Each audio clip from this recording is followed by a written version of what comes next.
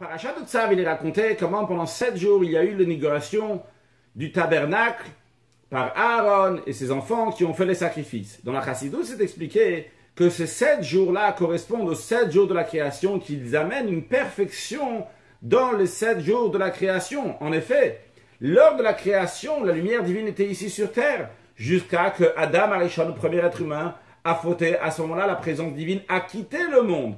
Eh bien, lorsque le peuple juif a construit le tabernacle et il y a eu l'inauguration du tabernacle pendant ces 7 jours-là, on est revenu à la perfection qu'il y avait au début de la création. Cette lumière divine qui existait dans le monde, à nouveau a résidé dans le monde. Mais on n'est pas encore arrivé au but. Le but, c'est la lumière divine qu'il va y avoir lorsque Mashiach va venir. Qu'à ce moment-là, la lumière divine sera dans le monde d'un niveau très très haut et de manière révélée, de manière dévoilée, que tout le monde va le voir.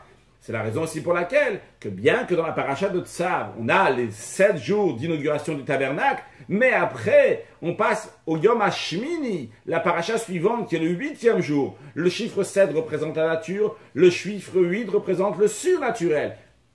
Et en effet, le verset dit que lorsque Mashiach va venir, eh bien, la lumière du soleil va être Shivatayim Keor Shivatayamim, va être 7 fois plus forte que la lumière des 7 jours. Sur le plan spirituel, cela veut dire qu'il y aura un dévoilement divin qui sera tout à fait au-delà de la nature, bien au-delà de ce qu'il y avait même au début de la création.